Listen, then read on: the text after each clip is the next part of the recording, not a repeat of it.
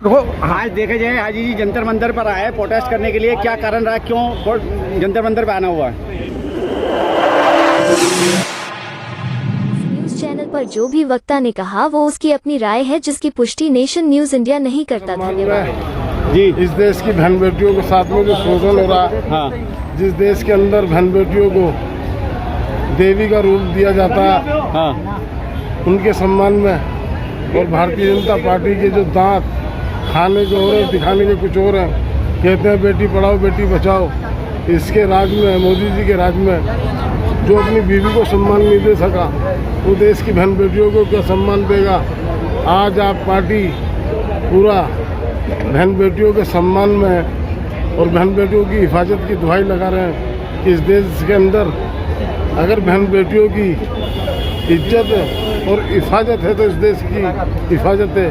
अगर इस मुल्क के अंदर बहन बेटियों की हिफाजत नहीं है तो इस मुल्क की हिफाजत नहीं है। आज जो हमारी हिफाजत कर रहे हैं वो भी किसी के माँ के लाल हैं, वो भी किसी की बेटी के बेटे हैं, जो देश की हिफाजत कर रहे हैं। और इस देश के अंदर जी, इस देश के अंदर हिंसा एक आम हो चुकी है, दहशतगर्दी एक आम हो चुकी है।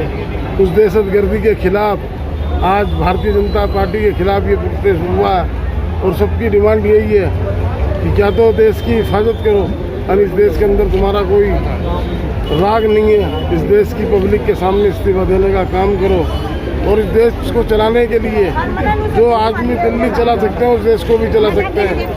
इस देश को महंगाई से बचाने के लिए ये जगह जगह राइड करा रहे हैं, डिवाइडर खड़ा कर रहे हैं, बहन बेटियों को नंगा करके शोषण करने का काम कर रहे हैं। आज ये सारे का सारा जो यहाँ जन सैलाब उभरा है, जो पूरी दिल्ली से हर इलाके से आदमी आया है, उनका एक ही मकसद है कि इस देश में बहन बेटियों की हिफाजत हो, और महंगाई को छुपाने के लिए इस मुल्क के अंदर ये राइट लग रहा है।